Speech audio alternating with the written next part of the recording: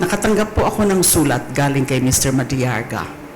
It was a letter, a handwritten letter, dated November 17. Nagpapatulong po siya sa kanyang mga kaso.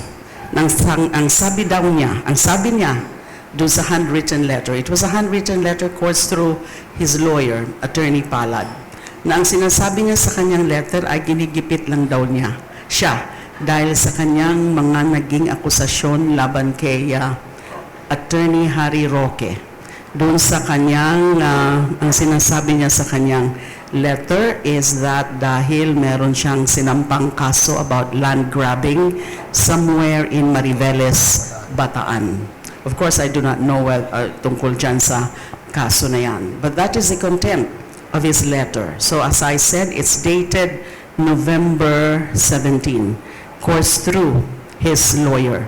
And then, nung nagkaroon nga ng affidavit, which was notarized November 29, I received that copy of the affidavit. At syempre nakita ko, napakasensitibo, napakabigat ng kanyang mga akusasyon laban, hindi lang laban sa VP, kay VP Sara, kundi meron din siyang mga sinasabi tungkol sa dating Pangulo. Meron siyang mga nabanggit na mga personalidad. Meron siyang mga nabanggit na mga alleged delivery of big sums of money, yung mga duffel bags, yung mga nasa mga sasakyan na mga tina-turn over, etc., etc. And of course, I got curious, I got interested. So I decided to see him last December 8, daytime, 11 o'clock in the morning, there at the BJMP. So in the presence of his lawyer, Attorney Palad, I interviewed him, I asked questions, searching questions. I played devil's advocate doon sa kanyang mga aligasyon sa kanyang affidavit. So inisa-isa ko po yun, yung kanyang mga aligasyon. Although sinasabi niya na meron pa daw po siyang mga iba pang mga alam na isusunod niya in another affidavit. And then, syempre, kasi ako po bilang abogada and bilang dating Justice Secretary, sanay naman po ako na nag-handle ng mga ganitong bagay. Pero dahil nga po mga seryoso ang mga akusasyon, kailangan pong sinusuri ito ng maigi. Kailangan nagiging maingat, lalo na nga po na meron akong sariling personal na experience na yung mga nag-akusa sa akin ay mga laway lang.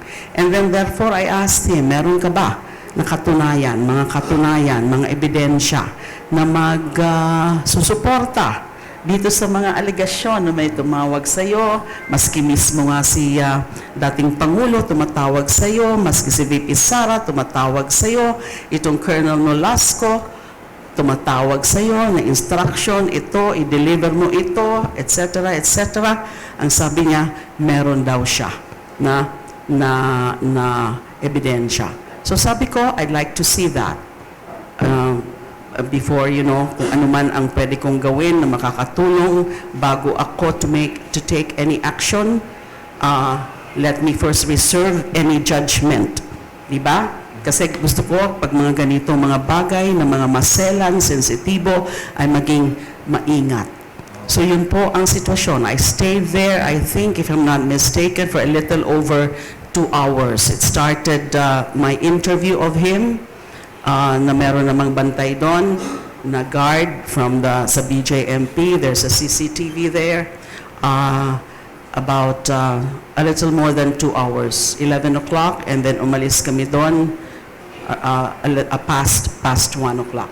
So once, that's December 8, that's holiday. And then naglabasan na itong mga to. Marami na akong mga nakita sa news and then sa social media na mga posts about this.